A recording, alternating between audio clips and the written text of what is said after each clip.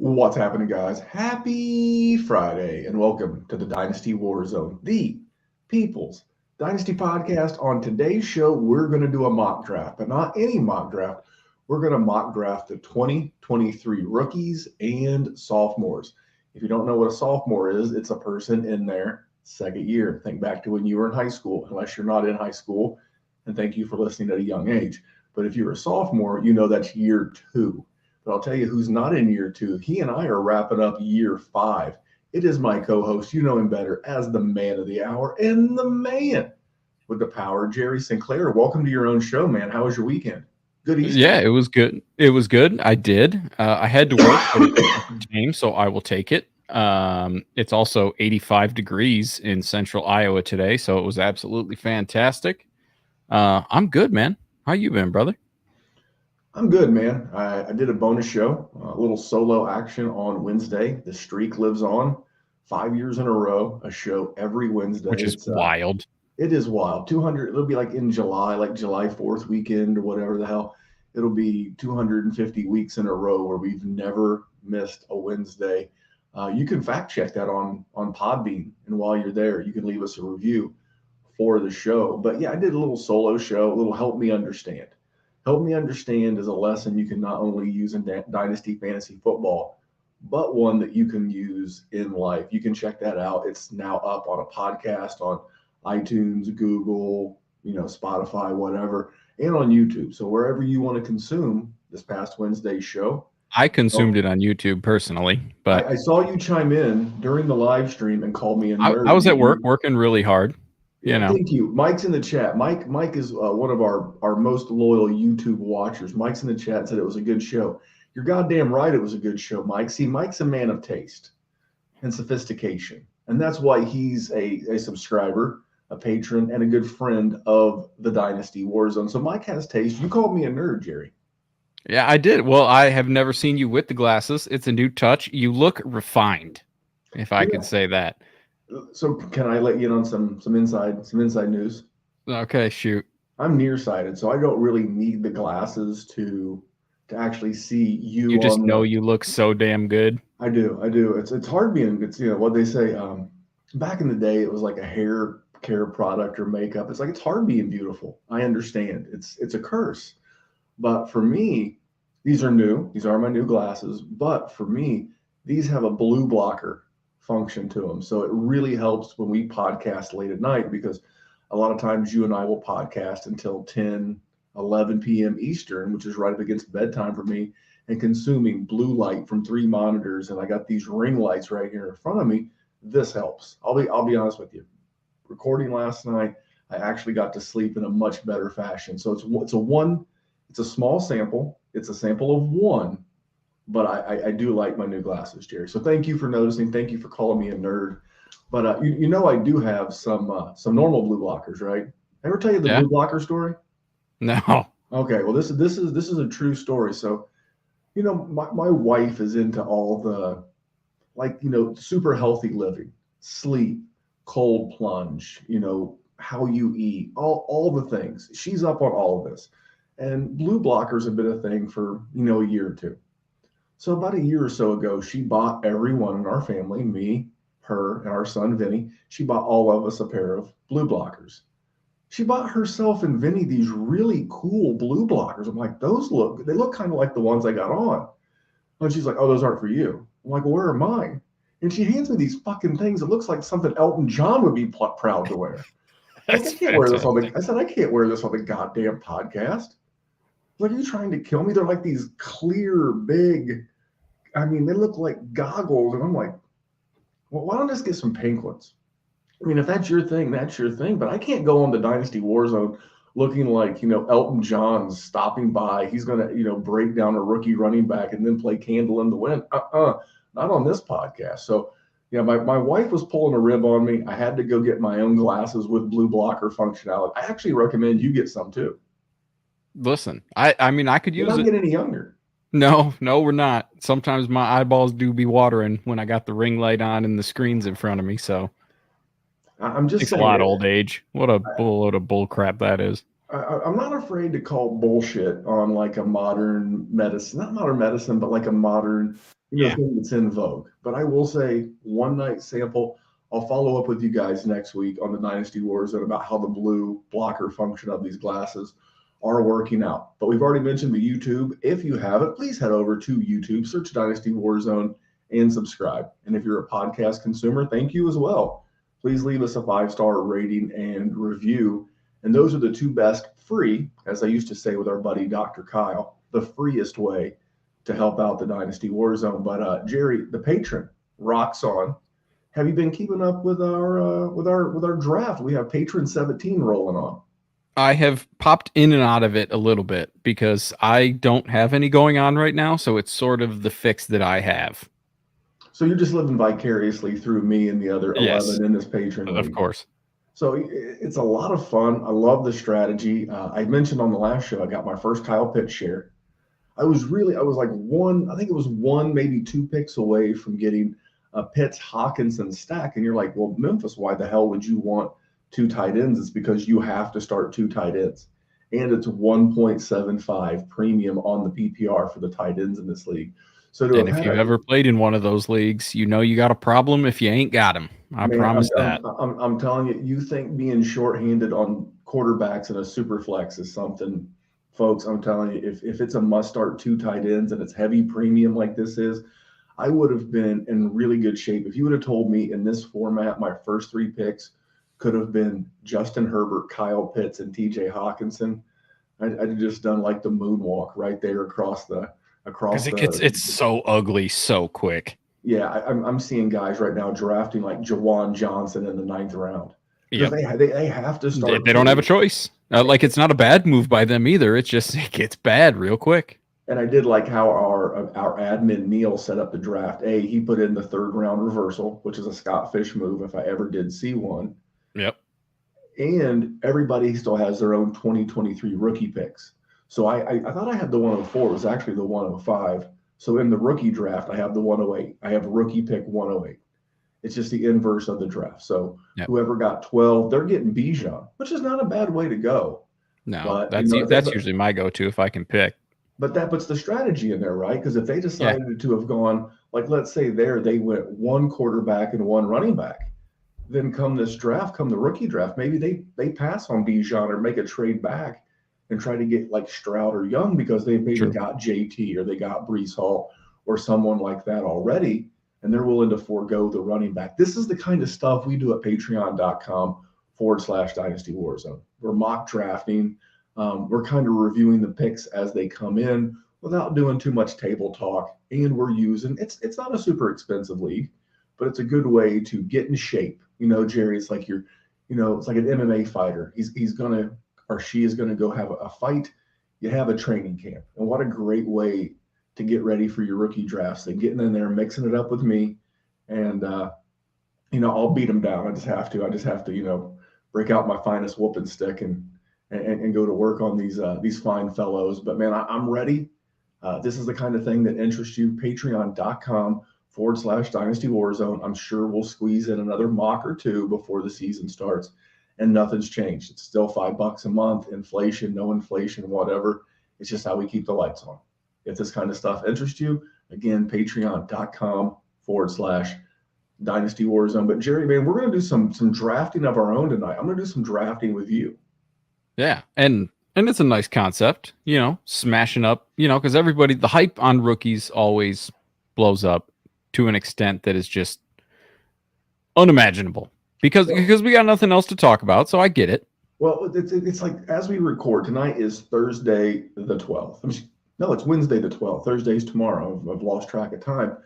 But we're like 2 weeks away from the draft. And we kind of already know everything we're going to know about Bijan Robinson and Jackson Smith and Jigba and all of these rookie dynasty prospects. We're kind of at like an impasse, if you will. So what a better way, like everybody, revisionist history. Oh, last year's class was great, or this year's class was terrible, or whatever. So we're going to do super flex because, of course, super flex. Yeah. Tight end premium, we're going to keep it to about a minute a draft pick because Jerry and I decided before we hit the record button, hey, we don't want to spend 30 minutes on Bijan Robinson and spend 30 seconds on, the 110 or the 310. We want to be able to give each guy 30 to 60 seconds of why we're taking them, where we are with this draft. So we're just doing this in a vacuum where we value each guy. I lost the coin flip, so I am actually going to draft 101, Jerry. Okay. And even though this will go against my rankings, I think Breece Hall is right there with Bijan Robinson, but I am still going to take, because of the value, because if I had the 101 in a rookie draft and I could get Breece Hall plus something for Bijan Robinson, I'm going to try to figure out how to make that deal. Can I move Breece in my 24-second for, I got that backwards. Can I move Bijan and my 24-second for Breece in a 24 first? Can I make that kind of a move? Because I do value Breece more. But for the sake of this draft, I am going to go Bijan Robinson. And Jerry, before I kick it to you for the 102, I do want to let the listeners of the podcast know, as well as the YouTube people, at the end of the draft. So obviously I don't have a sleeper mock draft that I can share our screen. So I'm going to keep track of this. I'm going to make it look as nice as I can. And at the end of the podcast, I'm going to share our screen. So if you want to go back to YouTube, again, go to YouTube, search Dynasty WarZone, look under live videos, you'll find this. At the very end of the pod, you will be able to look at the draft board. You can screenshot it on your phone. You can do whatever. You can screen crop it on your desktop, laptop, and you'll be able to see where Jerry and I value these guys. So Jerry, you're on the clock. 102. Who you taking? Why you taking him? I am still going to go running back, which is a little bit weird for us. I think usually we tend to go with the QBs here, but I'm going to go Breece Hall because he actually would have been my 101 in this situation. I would have taken him over Bijan. I have just seen him in the league. I've seen him be unbelievable in the league, and I've seen him have like 20 receptions in 6 games, which is just so sexy. And it's just something that I know I will be able to rely on going forward. Really, I think there's you can go any way with the running backs. I am just personally a Breece Hall guy, like you just talked about. So that's who I'm at 2. Who are you going 3? Are you going quarterback, or are you just going to keep the running backs cooking? Well, in terms of how I actually value them, again, this is in a vacuum. This is roster agnostic. It doesn't matter what our rosters are, because we're just taking the value as basically where I would take these guys intermingled within a startup, because I don't love any of the quarterbacks. I love the upside. There's some tantalizing upside. We'll get to that a little bit later in the program. But right now, I'm going to take my QB3, my RB3, a friend of yours, a fellow Michigan State Spartan dog. I'm taking Kenneth Walker. Again, for me, it's hard to unsee what I've seen. Bijan's great, but he's not done anything in the NFL. We saw Kenneth Walker, he got a little nicked up at the end, but he was winning people weeks, especially down in the fantasy playoffs. Full-grown man. Seattle's got 2 first-round picks. They got multiple. They have a lot of draft picks in this class, and Seattle can continue to stockpile weapons, offensive linemen. I think this is a very good team. They brought back Geno. I really like it. He's not a mystery box compared to a Bijan or some of these quarterbacks. So give me the proven asset. Give me the proven dog. No pun intended. I'll take your man, Kenneth Walker. I like it. I was going to say that you can go interchangeable with any of these first 3 guys, but I didn't want to sort of lead the witness if that's not how you were going to go, because the quarterbacks are a little bit of a question mark. Listen, I love the idea of having CJ Stroud or Bryce Young or any of these guys for the most part. But also I have seen what these running backs can do, and I can see how much value they return. So I'm with you on that pick. My guy, though, I am going to go quarterback here just because I think I sort of have to, and it's CJ Stroud. He's just the guy I'm going to pick. I am going to take a guy with size. The only thing that I'm truly skeptical on with him is that he's had some of the most unbelievable receiving talent. And if he is brought into a situation where that is not present, how he can adjust to it, not to say that he can't, but also he'll be trying to adjust to that and adjust to the speed of the NFL. It could have some growing pains, but either way, that is probably going to be my guy. I've seen him make some unbelievable throws, and I would love to have him over any of the other quarterbacks that are available. I do not hate it except for this. I don't want to feel like I'm drafting Jared Goff or Kirk Cousins this high in a And draft. which is fair. I don't see the wheels. I don't see the special. I see safe. I see solid. It is. I see a guy who's not going to burn you. Even if he flames out with his first team, he's going to get a second team. He's a guy that if he lands with Carolina and Frank Reich, he could be Jared Goff plus. And that's not a knock, dude. Jared Goff has been QB anywhere from QB 8 to 15 the majority of his career outside of his rookie year. Once he paired up with Sean Payton, he's been a solid QB2 with QB1 weeks. That's not a knock on CJ Stroud, but I'm going to go big. I'm going to go with my guy. He's my guy in this draft. I'm taking Will Levis, and I'm not ashamed. I am not ashamed to take Will Levis. I got so much heat in 2018 when I took Josh Allen. I got so much heat when I took Daniel Jones. I got so much heat when I took Justin Herbert over Tua. If you remember in 2020, everybody's like, you can't take Justin Herbert. Yeah, I can. Watch me. Don't spot me. Watch me. Give me the big guy. Because you know what? I know his floor's Sam Darnold, but I know his ceiling is Patrick Mahomes, Josh Allen. And I'm not saying he's Patrick Mahomes or Josh Allen, but what do Justin Herbert, Patrick Mahomes, and Josh Allen all have in common? Big arm. Lots of starts in college. Yeah, I know Will Levis had 23 interceptions. You know what? I tweeted this a couple of weeks ago. And a lot of you all weren't creating fantasy content or playing Dynasty in 2017. But I know this. If you were, you would have hated Patrick Mahomes because he threw 25 interceptions, and you would have hated the air raid offense. So it's great now to look at Patrick Mahomes through the greatness that he is, but he's not Patrick Mahomes if he doesn't get Andy Reid. So if Will Levis lands with a Shane Steichen who built an offense for Justin Herbert and Jalen Hurts, I love Will Levis. I'll take the tremendous upside, knowing that there's a big downside, but I don't want a Toyota Corolla. I want the potential for a Lamborghini, and I understand that it could be a Lamborghini with a burn-up engine, but I'm taking my man, Will Levis.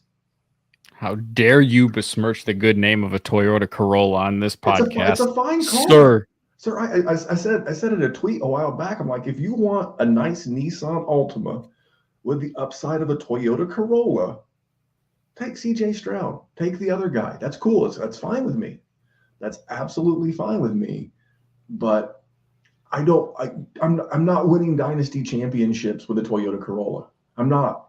If you win a championship with CJ Stroud, it's because of the other guys in your roster and the fact that CJ Stroud didn't kill you. So that's just me. I live my life a quarter mile at a time, Jerry. That's fair. Is that a Fast and the Furious quote? I was wondering if you were going to get that. So I'm going to take the Ford Taurus. I'm going to take Bryce Young, former Heisman Trophy winner. Look, I mean, had 80 touchdowns in 2 years as a starter at Alabama. Sort of the same issues that CJ Stroud had. Plethora of talent, going to end up in a situation that's not Ohio State and it's not Alabama, so that's tougher. And also, he's a little guy, but that's not a death sentence like it was a couple of years ago. We've seen guys turn that around. So I'm not super concerned about it, but honestly, we're getting to a point where there's going to be a juicy little teardrop in a little bit. So I would like to get my guy right here. So I'm going to take Bryce Young at 6. All right. I put him on the board, and I got to be honest. If I was choosing between your two quarterbacks, if I was choosing between Young and Stroud, I'm going to take Bryce Young. To be quite honest, I just something about that one, that one guy that always has all the weapons. It makes me nervous. And that's fair. Bryce Young didn't have the benefit of Jerry Jeudy and Henry Ruggs and all these guys at Alabama. So I'm not saying that he didn't, have any. I mean, he didn't have crumb bums either, but right. But he didn't have the guys that Mac Jones and Tua had. He didn't have Jalen Waddle. No. In all fairness and transparency, and I know people are probably thinking the QB carousel is going to continue, but it's not. I'm actually going to take my first wide receiver off of the board. I'm going to get my guy. I have this guy extremely highly rated in startups right now, and it's Garrett Wilson. There's a lot of talk that it could be in his former Ohio State teammates.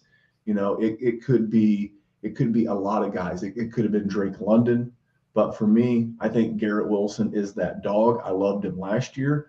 I love him this year. I'm a little concerned about how his game translates to Aaron Rodgers' game when Aaron Rodgers gets to town. But I'm like, wait a second. I saw him win the Rookie of the Year with Zach Taylor. Zach Taylor, that's the head coach of the Bengals. Zach Wilson and Mike White. I mean, Aaron Rodgers and this guy could do some good stuff. So I've always liked Garrett Wilson. It's close. It's very close between him and like three other guys. But I'm going Garrett Wilson here. And Jerry, I'm going to kick it back to you. And I'm going to take his teammate, Jackson Smith-Njigba, with the next one. I think they're interchangeable. I think it's just picking who you want at this point. Because you're right. I mean, Garrett Wilson had poop at quarterback last year, and he was awesome. And he is only going to get better with Aaron Rodgers. I just think Jackson Smith-Njigba is special.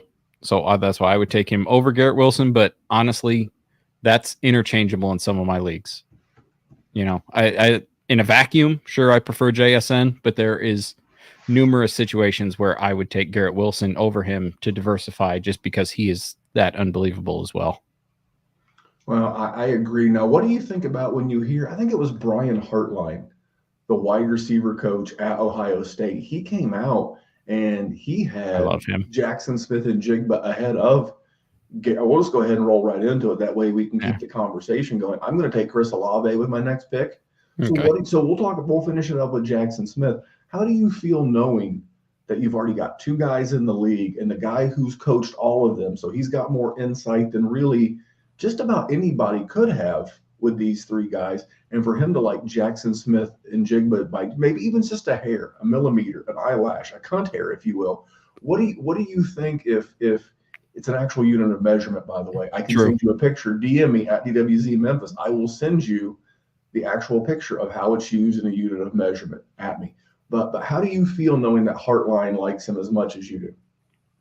I'm not that surprised. But, I mean, he's got to gas his guys up. So I saw on the first player that he had on that list was Marvin Harrison Jr., who's still going to be back at Ohio State this year. So just gassing up his guys for the draft, but also even just putting them in the same sort of category is good enough for me because there was other guys, Terry McLaurin was on that list as well. So, I mean, he has coached a bunch of unbelievable guys who have been fantasy relevant.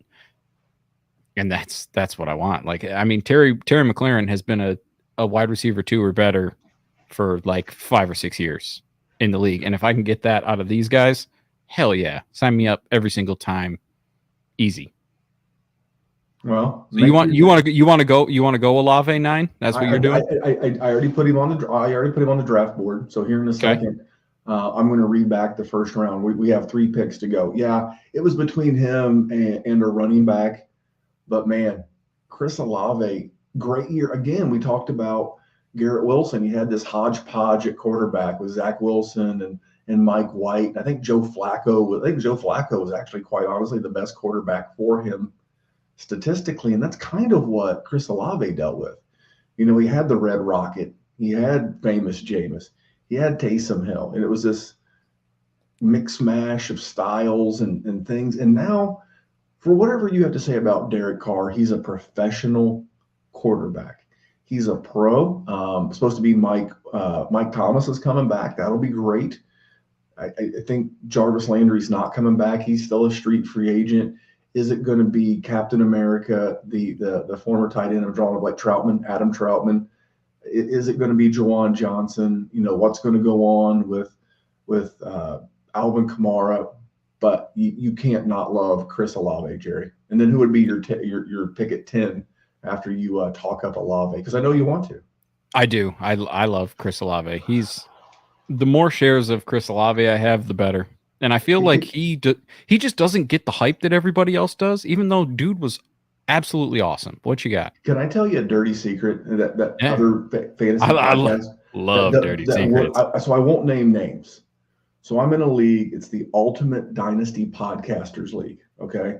It's got myself. It's got Rich Dotson from the Nerds, Garrett Price from the Nerds, Izzy Elkafast from the Dynasty Trade Calculator, Gabe Gearing and J Mike. I mean, just a who's who. Tyler Gunther of the Dynasty Happy Hour. Just a lot of really good Dynasty fantasy football gamers and content providers. And mind you, I didn't have a first last year, so I am recusing myself from being guilty. But in this league, Christian Watson went ahead of Chris Olave because this is where I got the list for us to choose from.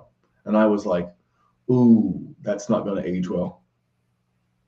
I mean, listen, I like Christian Watson. I'll probably be the guy that drafts him in this draft, but no, give me Chris Olave every time. But for my next guy, I'm just going to keep the wide receiver train going. Again, it's Jordan Addison, Blitnikoff winner in 2021, had Kenny Pickett, had Caleb Williams, made both of them look unbelievable. And not to say that they're not both unbelievable. They're going to be the first quarterbacks drafted in their draft class. Jordan Addison had a piece in that. And I truly believe that. I think we will see Caleb Williams take a step back because he doesn't have somebody like Jordan Addison there. And maybe this ages like sour milk. You know, I won't say that's not impossible, but dude is great at separation. He was great in two completely different offenses. I mean, he was good with Kenny Pickett and Pat Narduzzi, who was a defensive-minded head coach. And he won the Bolitnikoff in that offense. So I am excited about this dude. And honestly, with the sexiness of the Bijans and the quarterbacks that are all there and JSN, he's sort of slipping down draft boards. He smells like he's going to, I'm not going to compare him to this player, just the situation. When Justin Jefferson started slipping down rookie drafts and was going in the 8th, 9th, 10th, 11th pick, I'm not going to say Jordan Addison is that guy and he's going to be that productive, but his talent in other draft classes would be 102, 103, 104, and he's never going to get drafted in that spot in this class. Love him. You know, in Vegas circles, so the clear betting favorite to be the first wide receiver off of the board is Jackson Smith and Jigba. But I was listening to a podcast, I think it was earlier today, maybe yesterday, and they were saying that if there was any other wide receiver to put a chip on to go ahead of him as the first wide receiver off of the board, it would be Jordan Addison. Very highly thought of.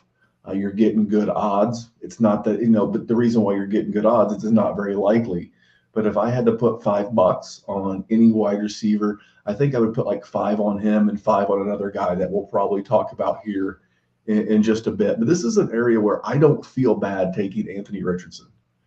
This is an even bigger swing. And I got to be honest, I was all about Anthony Richardson. I think he's a great prospect. I think that's the best way to, he's not really even a prospect. He's a project. He's going to be a guy who's a year away from maybe being a year away.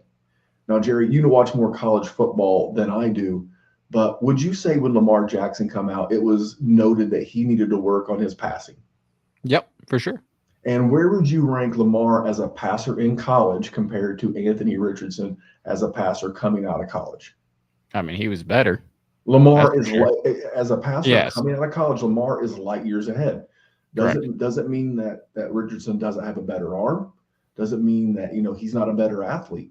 We don't know that because Lamar didn't do all of the combine stuff. I'm just saying, how could Lamar go 32? Jerry, I'm going to go out on a limb, and I think the loyal listeners know. Jerry, am I a Justin Fields guy?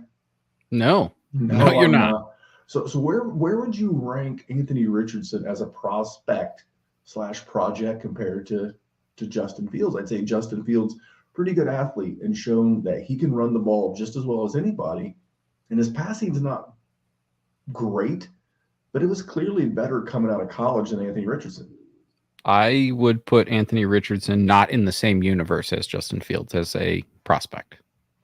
And yet, for some reason, we think the NFL is just going to take this guy at the 104. And it's like, wait a second, didn't we let Justin Fields slip to 11? And Lamar was going 32, and because the Ravens had the wherewithal to trade back in, so they had that 5th-year option. It's like, and this guy's, I understand he's like piggybacking. You ever heard the term drafting in NASCAR, like where one car drafts off the other one and it helps them pick up speed, momentum? I understand Anthony Richardson's drafting off of the success of Jalen Hurts and Lamar Jackson, but this is the point in the draft where I really want to get him. You know, the one thing I will say about Anthony Richardson is that I heard an NFL executive say he could literally be a first round pick at 5 different positions. So maybe if quarterback doesn't pan out, maybe he becomes like a Terrell Pryor and moves to wide receiver. Maybe he becomes a Taysom Hill, becomes a tight end. So if the quarterback thing doesn't work out, he's not necessarily done. Extremely talented guy, a good athlete, but this is a place where I feel comfortable gambling on him. Thoughts, and then wrap up the first round. This is exactly where I would have Anthony Richardson. I feel like the 10 guys ahead of him are all 100%. Those are going to be the 10 guys I pick 100 out of 100 times. And for the 11th pick, I'm taking Anthony Richardson 100 out of 100 times. Because if he hits, dude's unbelievable. And we can talk about he's a project and this and that, but if he ends up getting it together and he's him, then he wins fantasy championships. There's just no argument. But the risk there involved is that he could also turn into a pumpkin at midnight. And so I want to get the elite guys that I think are just absolutely fantastic in the 1 through 10 that we had. And then before I start getting into guys that have warts in their game, I'm going to take the guy that can absolutely just clobber it out of the park, and Anthony Richardson. But for the 12th pick to just round out the first one, I'm going to take the RB2 of this year's class, Jahmyr Gibbs. Break it down. I mean, he's a good pass catcher. He showed it at Georgia Tech. He showed it at Alabama. He's been good. You know, he's been solidly the RB2. But as far as the NFL draft is concerned, I'm not hearing tons of hype for the guy. I mean, there's no conversation of him sort of getting tons of hype outside of like Twitter and fantasy people. Like I'm not saying it's not. I'm not saying it's not existent, but to the level that fantasy and dynasty people will circle jerk about Jahmyr Gibbs, that's just not happening in NFL circles. But that said, he's got an unbelievable skill set to be so conducive to being a guy that you can just rely on. And that's exactly what I want. And honestly, it's a super easy pick for me to round out this first round.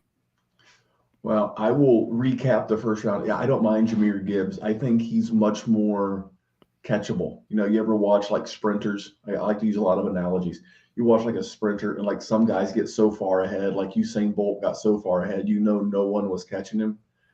The guy that I'm going to draft here in a second at the 201 does have a shot at catching him for the RB2 in this class. But for the listener who can't get to YouTube, let me recap our first round real quick. So number 1 overall, Bijan Robinson. Number 2, Breece Hall. Number 3, Kenneth Walker. Number 4, CJ Stroud. Number 5, Will Levis. Number 6, Bryce Young. Number 7, Garrett Wilson. Number 8, Jackson Smith-Njigba. Number 9, Chris Olave. Number 10, Jordan Addison. Number 11, Anthony Richardson. Number 12, Jahmyr Gibbs. And I'm going to kick off the first pick of the second round. I'm going to go with the guy who is drafting up on the backside of Jahmyr Gibbs, and with a premium landing spot could overtake him as the RB2 in this class. I love the size. I love the physicality. And you know what? He's got a super sneaky pass catching profile. I'm going to take our man. We call him Charbonnet, but we all know it's Zach Charbonnet. Underrated pass catcher for a man his size, good hands. And I'm going to take him as the first pick of the second round, Jerry. I know you were originally more of a Charbonnet guy than I am. Did I snipe you there? What's your thoughts on Charbonnet? And go ahead and take the 202. You did. I mean, that definitely would have been my pick right here. I was sort of between him and Jahmyr Gibbs, but I just feel like I wanted the explosiveness that Jahmyr Gibbs, where Charbonnet does not have it. That said, I just like watching Zach Charbonnet run because he runs with a violence that I just love to see. As far as my guy, I'm in a spot. I want to be a little spicy with this next pick, but also it's hard for me to pass on Drake London, so I think that's going to be the route I have to go. I mean, we poo-pooed on him a lot, 11 months ago. And we were sort of right. With Marcus Mariota, he was not as productive as somebody who was going at 103, 102 in some cases. The quarterback situation didn't get better. I mean, Desmond Ritter is there. They have the 8th pick. They could, make some noise. They could have somebody else. I would guess they likely do. He did better than I thought he was going to do. He was absent for long chunks of the season, which I didn't love, but that's why he's falling to this point in this mock. The regular season. He actually played, I think, 15 or 16 games. Well, that's what I mean. But like, I don't mean like he missed. I just mean like fantasy relevance wise, he was absent for chunks of the year, but he showed me that he can play in this game and in a bad offense. And should he get somebody who's competent, I think he can be a wonderful value. Should that play out, because he was good and he proved to me that he was capable of doing it, and he's still young. So that's I'm happy to have him here too. Couple of nuggets.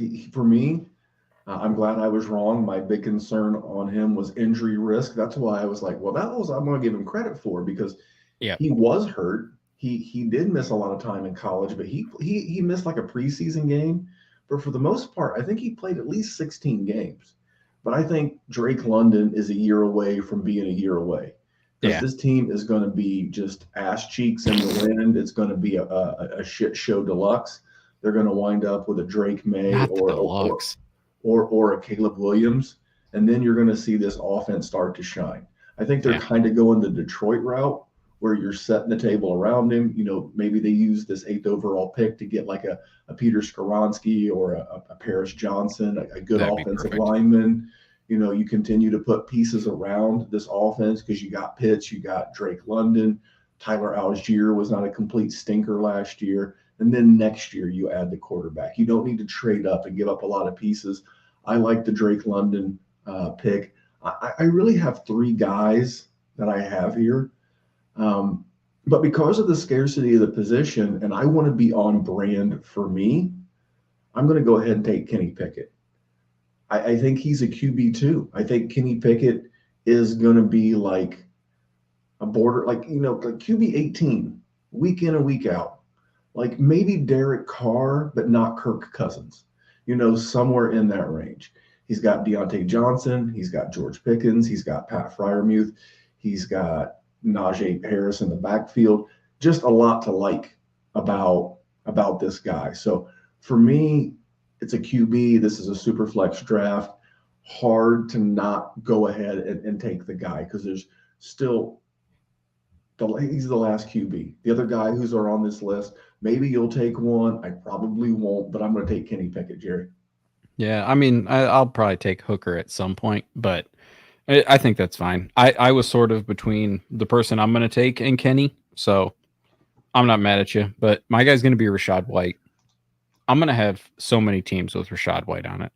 Just unbelievable pass catcher. What do you want from me? I mean, that's points. That's easy points. And Leonard Fournette is gone. You're not worried about one of these guys, plopping down there and hurting his share.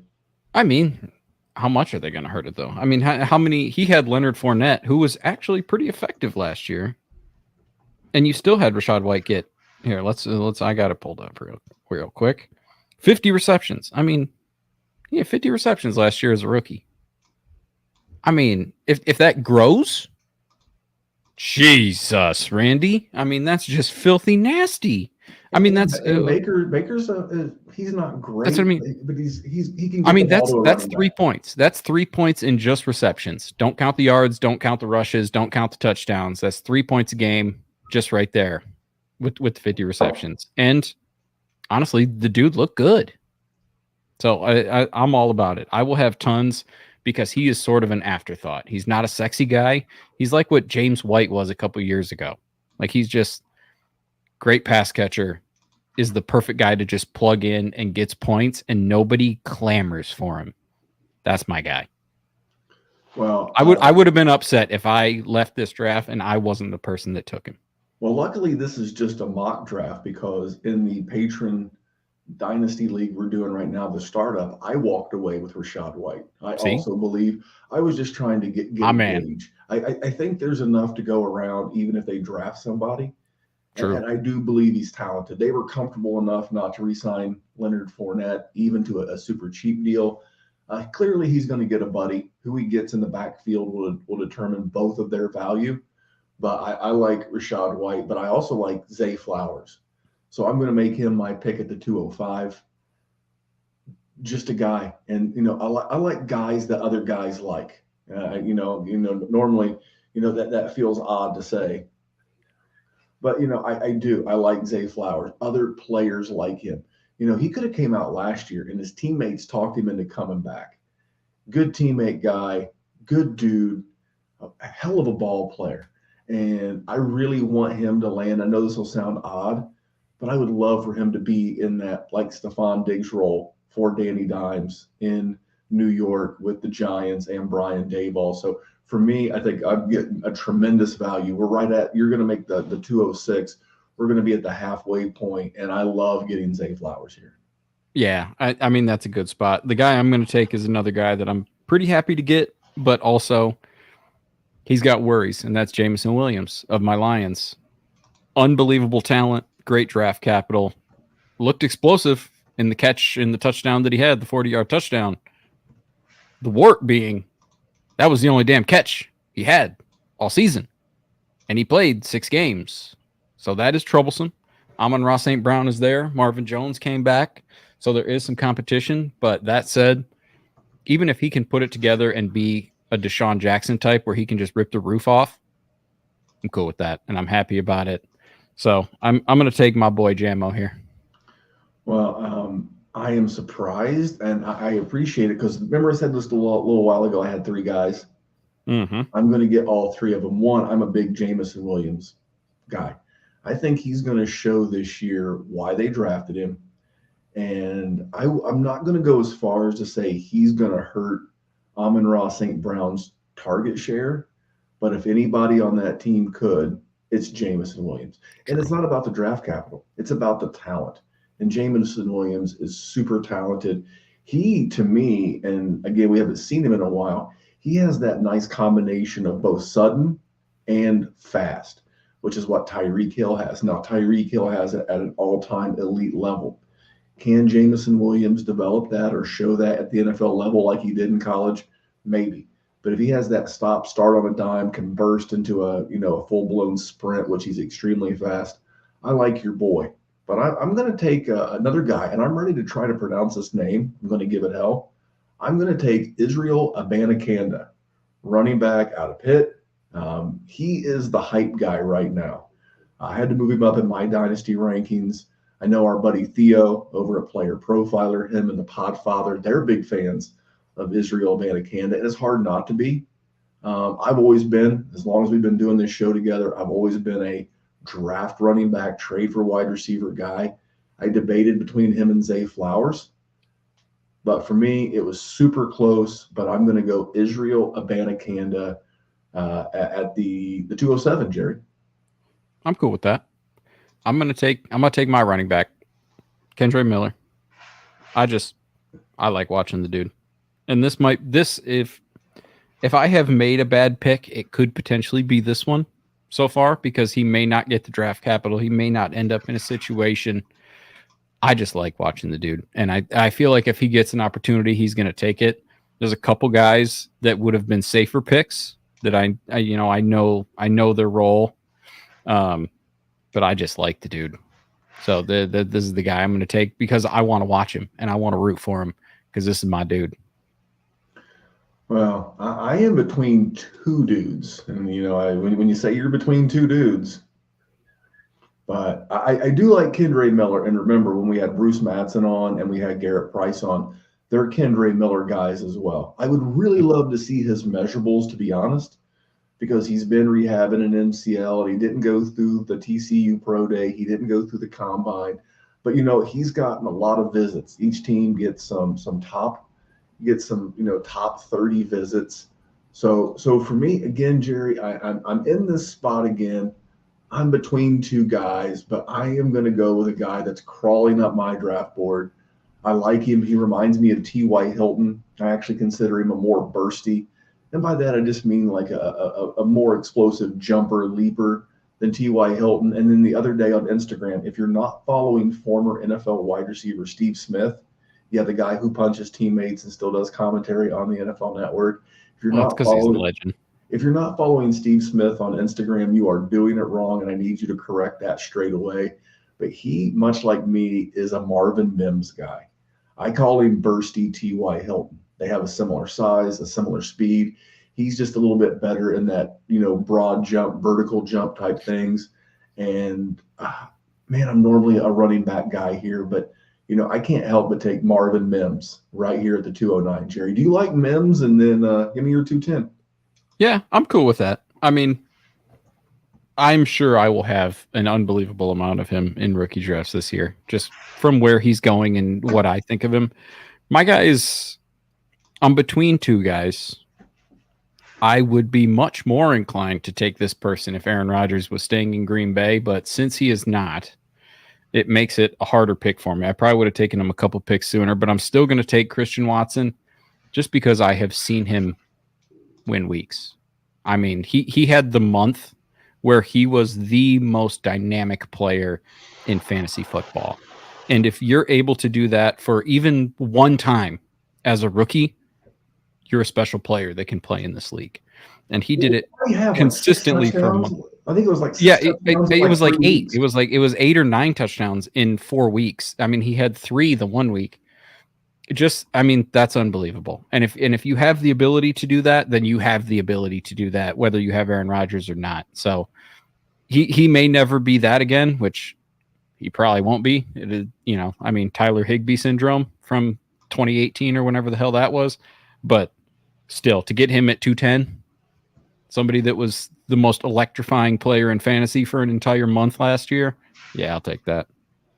Yeah, I don't disagree. I actually have in our buddies, the goat leagues, in the Superflex Goat League, I actually have Christian Watson and Chris Olave. I was in a bit of a rebuild last year, and I don't mind it.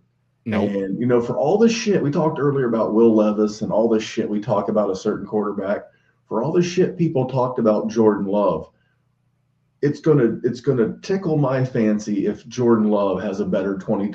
I shouldn't say if, but when Jordan Love has a better 2023 than Trey Lance, I will horse laugh all of the Trey Lance fanboys. But for me, I was between two running backs. Okay. And I have to go between the guy that I seen do it and the guy that I think will do it at a big level in the NFL. But I'm going to take a guy that during the NFL playoffs and even the fantasy playoffs that really kicked a lot of ass. I'm going to take Isaiah Pacheco. I know he was like a 7th rounder, but dude, right now, it's him and it's Clyde Edwards-Helaire. Now, could they take one of these guys that Jerry and I are super bullish on? Absolutely. I see our boy G from the Aussie guys in the chat saying it took this long. Yeah, G, it did. Because you know what? I've seen a lot of 7th rounders, UDFA types like my boy James Robinson get absolutely fucked by, a dumbass GM. And not that I think Brett Veach or Andy Reid are dumbasses, but I saw it happen to too many guys because they don't have any draft capital. They didn't have any problem taking Travis Etienne in Jacksonville. So do I think Andy Reid will do that? Maybe not, because they did keep Edwards-Helaire. But to get Pacheco this late in the draft, G is kind of right. He's like half right. He's like down under right. He's right. I'm going to go Isaiah Pacheco with the 211. Yeah, I mean, there's a chance this guy could have gone in the first round of this draft with a lot of other people. If he had been drafted last year in like the day 2, if he had been like the 32nd pick of the 3rd round, then this is a different conversation. The fact that he was a 7th rounder is the reason why I couldn't pull the trigger any sooner. See, my thing is not so much that with me. Like he was good, and once you've played in the league, I don't really care about your draft capital as much. I mean, contracts matter, of course. He's never going to be the focal point, ever, and he's never going to be second in that offense. Like he's just not. So, I think that's why I had him slipping. But God, who am I going to go with next, man? I was actually sort of hoping to go Pacheco because that was definitely a big tier right there. Well, but this goes to show you that even we said this is tight end premium. And I have not felt like I'm missing out because I'll No. give you, I'll buy you a minute to think. But, if I'm, going to draft a rookie tight end, it's, it's like I've probably already got a Mike Gesicki. I've probably already got a Trey McBride. I've probably already got a Greg Dulcich. I've probably already got a guy like that I'm probably going to try this year anyway. And most of these rookie tight ends, except for maybe someone who lands in Dallas, I don't think necessarily has a huge role right away. So that's why I haven't felt compelled to draft a tight end. Maybe that'll change in the third round. But did you come up with a 212? I did, and it's not going to be a tight end. I would be very surprised if I take a tight end at any of these picks. What I'm going to continue to do is pass on Quentin Johnston, and I am going to take Jahan Dotson. So there is a couple wide receivers even in his class that I think it might be a little surprising that I'm taking him over. I mean, not for anyone that's ever listened to either of us talk, especially you for one of them, but Jahan Dotson is just a touchdown machine. And that quarterback situation, I would love to say it's going to get better because every year we go, well, Terry McLaurin's quarterback situation is getting better. And it just keeps not, no matter who they bring in. So maybe it never will. But Jahan Dotson's he's such a talented guy. And he just has a nose to find the end zone. He just catches it every time it's thrown to him in the end zone. Young guy, just a dynamic dude that can get open. So I'm going to take Dotson and just be so thrilled. This is another dude that I'm trying to get trades with him involved in where he's not the focal piece so that I can just get him for just that little bit. Like I'll give up the better piece. Give me somebody in Jahan Dotson so that we can even it out. I'm trying to do those trades everywhere right now. Yeah, I don't have any problem with this. There's a couple of names that I'm kind of surprised haven't went off the board, but I think Jahan Dotson could have went higher than Mims and Watson had he played every game and stayed healthy. He missed a stretch of games there in the middle of the season, but if Matt Howe isn't an upgrade, I got news for you. Jacoby Brissett is a strange feller. He spent some time here in Indy, where I'm from, but Jacoby Brissett ran that Cleveland offense better than Deshaun Watson did last year. Now, Not wrong. in fairness to Watson, he hadn't played football in about 700 days. So, there was some rust to shake off, but Jacoby is a professional quarterback. And I got news for you. Ron Rivera has to win. If they don't win this year, he's gone. And at some point, whether it's week 1 or week 4, he's going to have to look at that roster and say, I got to save my ass. And Matt Howe ain't doing it. So give me Jacoby Brissett. And if that does, you may see an uptake in the performance of a Jahan Dotson. So before I make the first pick of the third round, I do want to recap the second round for you. So the second round is Zach Charbonnet, Drake London, Kenny Pickett, Rashad White, steal there, by the way, Zay Flowers, Jamison Williams, Israel Abanikanda, I'm pronouncing that name like a champion, by the way, Kendre Miller, Marvin Mims, Christian Watson, Isaiah Pacheco, Jahan Dotson. So we have Dotson and Watson within 3 picks of each other. If that's not good alliteration on my part, I don't know how I can do any better. But Doing great. I have the first pick of the third round, and I kind of head faked you a little bit. I am going to take the first tight end off the board, but it's probably not who you think.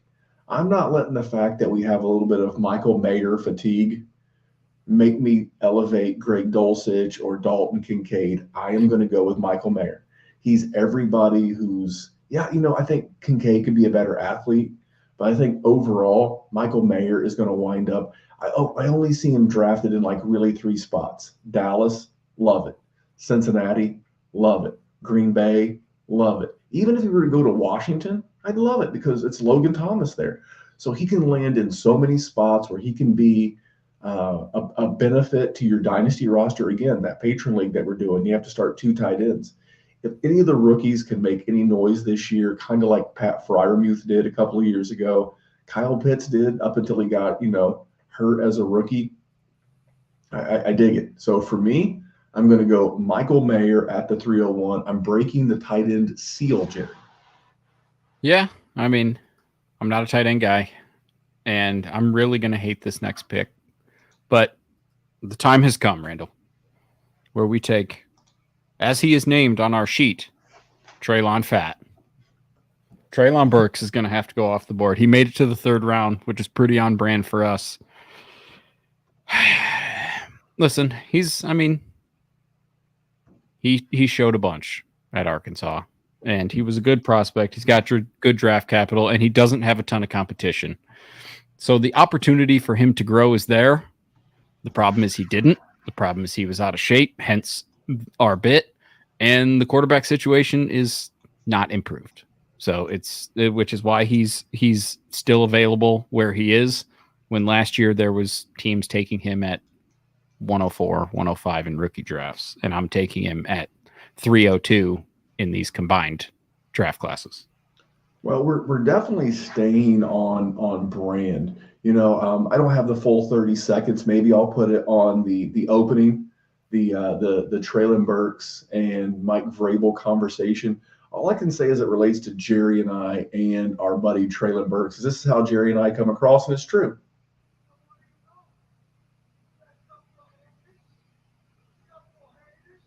Yeah, we're a couple of Traylon Burks haters, but I mean, we're going to do what we're going to do. I'm going back to the running back well, and I'm absolutely going to steal one.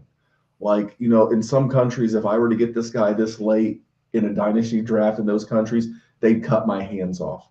I am going to steal Roschon Johnson right here, right now.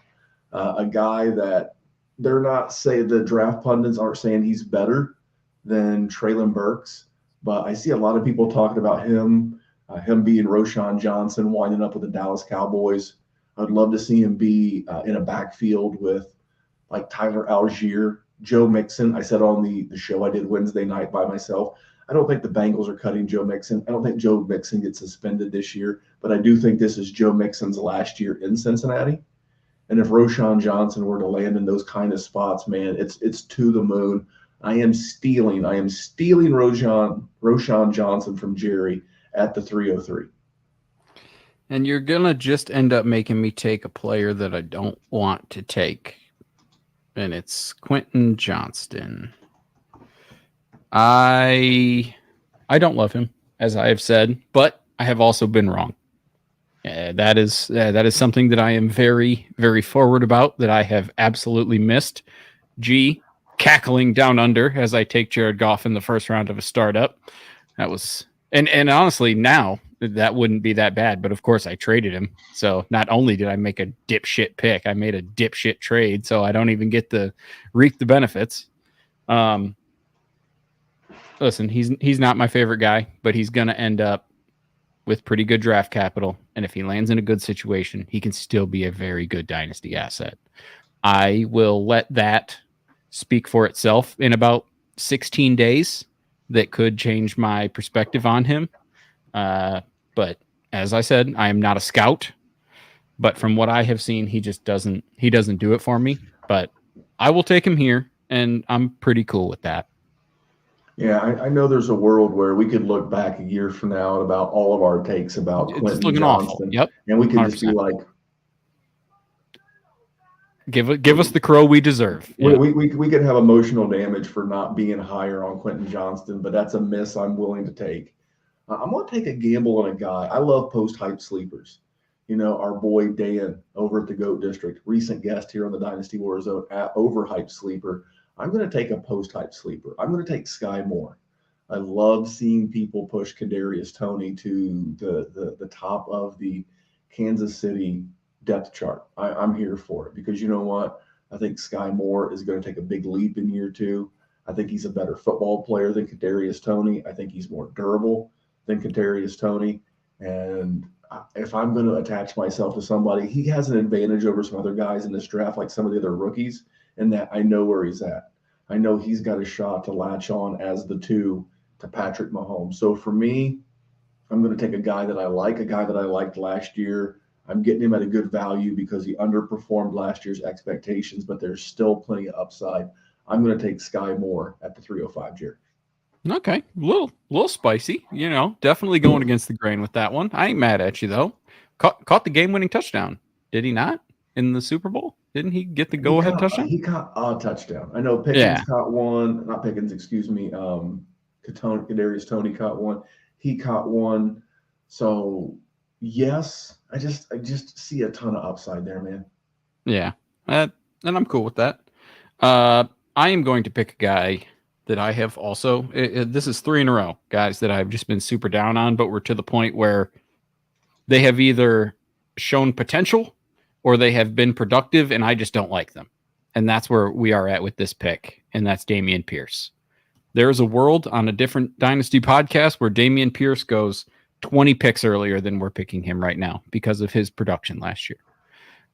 I just don't love the fact that they have the 12th pick and the 33rd pick in the draft, and he was a later round guy, and they could easily replace him immediately. Go ahead. They did you a favor by bringing in Devin Singletary. I mean, I don't think that the Tex, and I'm not a Dameon Pierce guy, so I'm not bowing up for your pick, but I do like that they brought in Singletary, and if you're oh my God, D'Amico Ryans the new head coach, you have a 6-year contract. It's very much the Lions scenario. They may even punt quarterback too. You know, you got a guy I like in John Mechie. They brought in a veteran wide receiver. I started to say Brandon Cooks, but they traded him away. Yeah, Robert Woods. They brought in Robert Woods. They brought in Dalton Schultz. They just may try to get this thing done with like a plug and play. Like maybe they bring in Carson Wentz as gross. What is it you say? Chandelier parts and it's like bubble gum and shoestring and chandelier parts. You're just trying to you're trying to MacGyver something together is what you're trying to do, but. Maybe they bring in, Carson Wentz for the season. I mean, there's no better way to get the 2021 101 or 24 101 than Carson Wentz is a lead pipe cinch, but I'm going to go with a guy. So I've shown restraint to this point. I've done good. I'm very proud of me. Way to go, me, Jared. Excellent, you. Just for me. I did a good thing. I wanted to take Sean Tucker way before now. But you know what? I'm going to take my guy, Sean Tucker. This is a great spot. This late in the draft, if I want to take a dart throw, I'm going to take a dart throw on a running back. He's got good speed. I like his build. He's, 5'9", 210, 215-ish. Good pass catching profile. His numbers are eye-popping, but he played at fucking Syracuse. They're known for sports journalism, not sports players. Not since the day of Marvin Harrison and Dwight Freeney. And if Sean Tucker, were to be a Colt, I would be sad because we have Jonathan Taylor. But Colts and Syracuse Orange have went together in the past. But I hope he winds up on a spot like Miami, somewhere like Atlanta, where he can actually get a chance to steal some reps. But I'm going to go with my man, Sean Tucker, Jared. See, you got lucky too, because I was not going to take Sean Tucker, so you could just keep punting him down the road. So that worked out for you.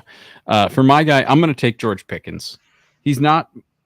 I'm not the biggest George Pickens guy, but and we, you talked to Jordan McNamara, and I Freudian slipped his name earlier, and I wasn't going to say it, and I think I might have tipped my hand. But I mean, Jordan McNamara is definitely an anti-George Pickens guy, and I sort of have some of the same beliefs. That said, he has shown that he can at least play in this league, and he's in a good situation. I mean, Deontay Johnson is going to be the reception guy, and you got to assume that the touchdowns are going to, water's going to meet its level this year. But George Pickens is a good enough talent to be just thrilled to be getting him right here. I have to agree. And, if you'd have taken George Pickens where you took Jameson Williams at the 206, I would have had to have reached through this monitor and slapped you across the face like paintbrushed you good. I probably would have considered it if you did it where you took Jahan Dotson at 212. But here's the 308. I don't have any problem with it. Here's a great spot where I'm going to reach and take another quarterback. Here's where I'm going to take Hendon Hooker. I'm going to take him. I'm going to put him. I hope Hendon Hooker lands on Seattle. I hope he lands on Detroit. Because if you get Hendon Hooker and you get him in the first round, like you're Detroit, I think you've got 6-21. If you get Hendon Hooker. 18. Okay, if you get him at 18, maybe it's Seattle that's got 21. But if one of those guys get him, right, you let him redshirt. He's coming off the ACL. The Detroit Lions have Jared Goff in the last year of his contract. Geno's contract is very escapable after 1 year. And you let this dude redshirt for a year. Here's the thing. He's 25. He'll be 26 next year. By the time that he plays out a 5-year rookie deal, if you pick up the 5th-year option, and you franchise tag him a year or two, you only have to have him for one contract due to his age. So it's not a bad asset to invest in as a team. And if I can draft this guy this late in drafts, put him on my taxi, and watch my shares finally mature, like my Jordan Love shares finally are, I'm all about it. So at the 309, I feel like I'm stealing taking Hendon Hooker. Yeah, this is the exact spot I would have taken him. Yeah, same thing when you took Anthony Richardson. These are precisely the sort of tier groups where I would have taken my shot. My guy is going to be 1,000-yard rusher, 1,000-yard rookie rusher from last year, Tyler Algier. There's a chance that he gets some competition and he takes a hit. Didn't have great draft capital, yada yada yada. Dude was in the league. Dude did it. I mean, if you drafted Tyler Algier last year, you were playing him. And there's a chance you won your championship and Tyler Algier was on your roster. Granted, you didn't win it because of him, but he sure as hell did not cause you to not win it. So that's to get him at the end of the third in these two classes. I mean, it shows you that some of the depth that these rookies coming into the league and how much they are impacting the NFL immediately. No, I don't hate it. He's going to get competition, but it's his spot sure. to lose. Yes. If the Falcons pull a Jaguars and take Bijan or Gibbs in the first round, and he gets James Robinson, that's going to suck. But dude, if they bring in someone like Kendre Miller, or I think Roshan Johnson would be bad, but Sean Tucker, that's not an uber threat, and I like Sean Tucker. So to get Tyler Algier here is a good one. I'm going to wrap this up. I am really between two guys, but Jerry, I'm between a tight end and I'm between a wide receiver. But the heart wants what the heart wants, and my heart wants Kayshon Boutte.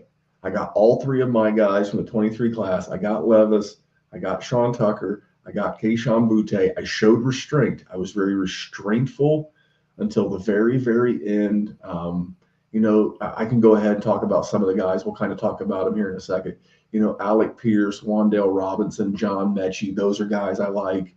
I love Michael Wilson. I was listening to TJ Hushmanzada and Doug Gottlieb the other day. And there's a couple of guys where they talk wide receivers, I listen.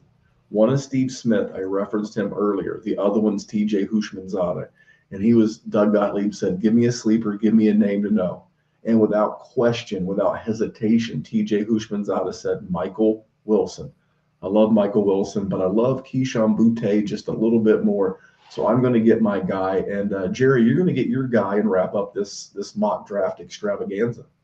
I don't know if he's necessarily my guy, but he's a guy that I would take if I only had one more scratch off to scratch off. I think it would be Tyjae Spears. He's an intriguing guy, small school guy. He had the one game, right? And that's what we're always going to talk about. Even if bro flames out in the NFL, he'll always be a New Orleans legend because of that Cotton Bowl. But yeah, he's just looking at everybody. If there was going to be one guy, like I thought about Brian Robinson, like he was a competent asset. The problem is he just got so much work that it made him relevant. So I didn't want to do that. I don't like tight ends. Wide receivers are they're all risky too. So I figure I'll just go with the running back. We'll see how that plays out for me. My favorite memory of Brian Robinson, couple of three things as I think about your boy Brian Robinson. One, he got shot like twice and missed less games on the season than Keenan Allen of the Chargers. That's number one. Number two, when he came back, he came out to 50 Cent Mini Men, which was maybe my favorite pre-hype moment of the season last year.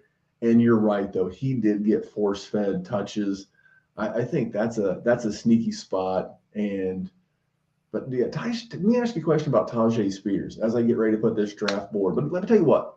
Let me recap the draft board. You tell us about Tyjae Spears, and while you're doing that, because I want to ask you, how do you feel? Because it feels like Izzy Abanikanda is rising quickly. Roshan Johnson is rising / holding. And if there's a running back falling that was getting hyped back during the Senior Bowl, it was Tajay Spears. But let me recap this, and you can tell me if him falling makes you nervous. So at the 301, I took the only tight end out of 36 picks. The only tight end, I took Michael Mayer. 302, Jerry took Treylon Burks. I took Roshan Johnson at the 303. Quentin Johnston, 304. Sky Moore, 305. Damian Pierce, 306. Sean Tucker, 307. George Pickens, 308. Hendon Hooker, 309. Tyler Algier, 310. Kayshon Boutte, 311. Tajay Spears, 312. Now, Jerry, tell us about your thoughts about, is he the guy who's falling the most? I mean, he is. That's probably why I like him, though. I love zagging when everybody's zigging, man, especially with running backs. The moment running backs stop being sexy is the same time I go after him every single time. Now, it'll bite you in the ass from time to time. Don't get me wrong, but there is so much value to be gained when running backs become unpopular when they shouldn't. Josh Jacobs, Miles Sanders, how you guys doing? I mean, Saquon to an extent. I mean, it happens all the time, and it'll happen soon enough. I mean, we're already starting to see it with DeAndre Swift. He's going to get out of Detroit, and he's going to land in a spot that's probably more conducive, and he's going to be a nice value to scoop up at some point. Yeah, there's a little bonus. There's a little bonus at the end there for you. I'll tell you what, I am having trouble now that the live stream is actually going of getting my screen to share. So what I will do is I will tweet this out. I will tweet out our mock draft. I wish you could see it, Jerry. Now look, if you click on the tabs of the sheet, I will see you. You will see that I have done a tremendous job of keeping. In truth, it is gorgeous, and you have done a wonderful job. I mean, it's as close to sleeper as I can get it. I mean, it's color coded. It's beautiful, Jerry. I did a hell of a job. So I was going to put that on for the YouTube listener, but I will tweet it out at DWZ Memphis and at Dynasty WarZone Pod on Twitter. So that way you can see it. I'll pin it to one of the handles. I'll tag Jerry in it so Jerry can retweet it and you can see it. But Jerry, this is a pretty fun exercise just for wrapping up the conversation. People that are left that I still like. You mentioned, Brian Robinson, Alec Pierce, Wan'Dale Robinson, Mechie. I like Trey McBride, Greg Dulcich, Jelani Woods. We didn't get to Devon A-Chain, Zach Evans, or Tank Bigsby. Dwayne McBride is a guy growing on me. We didn't get to Josh Downs, Jalen Hyatt, Jaden Reed, Tillman, Mingo, Rashee Rice, Tank Dell. We didn't get to any of the tight ends really from this class. We got Dalton Kincaid, we got Darnell Washington, Musgrave, Laporta.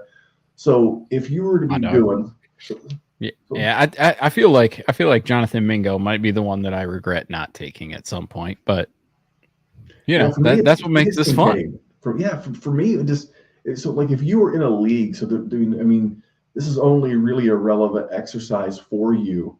If you were in a league that you guys played all of the 2021 season, and then you didn't do your rookie draft in 22 because the league froze because maybe you're all in the military and some of the guys went active and you couldn't get it going. So you froze it. I could see the one-off scenario where that was a thing.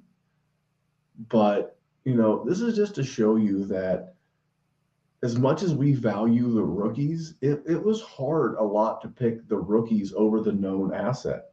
I think Pacheco and Watson falling as far as they did were kind of eye-opening. But I think we got it right more than we got it wrong, Jerry. I'm with you. I mean, there's like you said, there's probably some shenanigans afoot in there somewhere. But I think people are going to push back on Will Levis. I think Will Levis will get some pushback. I think maybe G was right. Pacheco went too late, but I think all in all, this is pretty accurate. Yeah, I'm with you. I try to decide, hey, if I'm on the clock in a startup and all of these guys are available, who am I actually taking? That's how I try to treat it. And I've messed up picks before, trying to go with guys that I think are going to be the ones, and sometimes they're not. But if I'm on a situation where I can have Kendra Miller or Isaiah Pacheco, I'm taking Kendra Miller, and I'm just going to take that shot. Just because I don't think Isaiah Pacheco is going to be special. So if I can get someone that I think potentially could be, that's all mine. Randy's messing with the camera, threw me off for a second. Well, I was trying to get this board to pop up. I don't think it's going to let me because we're actually already streaming. But anyway, Jerry, we're going to get out of here. This one went long for a bonus, but that's okay because Wednesdays went short for a solo. And I mean, we did 3 rounds and we only went 15 minutes late. I mean, that's not bad for us. Not bad at all. Hour and 15 minutes by the time you get the intro and the outro. You're probably $1.20. And thank you for sticking around as long as you did. And thank you for going over to YouTube and subscribing. Subscribe. Go over to YouTube, search Dynasty WarZone, subscribe. You can see me in my new glasses. I'm rocking the hat backwards like a millennial, trying to get on that millennial tip. Jerry put his on backwards. Now, Jerry got a new mic. That's why he sounds like $1.5 million. You can see my Bo Jackson poster. You can see my James Gandolfini poster. You can see Jerry sitting behind literature. If you go to YouTube, search Dynasty WarZone and subscribe. Also, if you're listening on podcast, you can listen on podcast, leave us a 5-star review. Between subscribing on YouTube and 5-star reviews, that's the freest and easiest and simplest way to support the show. But if you want to get in a startup with me and come battle and talk mock drafts and real drafts and hang out with the folks over at patreon.com/Dynasty WarZone, we'd love to have you. But I'm going to get Jerry out of here. It's a little bit late. He has to go roam around the cornfields of Iowa. I got to go let my dog out. But until next time, have a great weekend. We'll be back next week. Hopefully, we'll have a surprise on Sunday evening. If not, it'll be soon. But on behalf of my good friend, Mr. Jerry Sinclair, at JerrySinDWZ, you can follow me at DWZ Memphis. Follow the show everywhere at Dynasty WarZone. Remember, here at the Dynasty WarZone, we're just trying to make the world a better place for fantasy football. We'll see you back here next week. Bye-bye.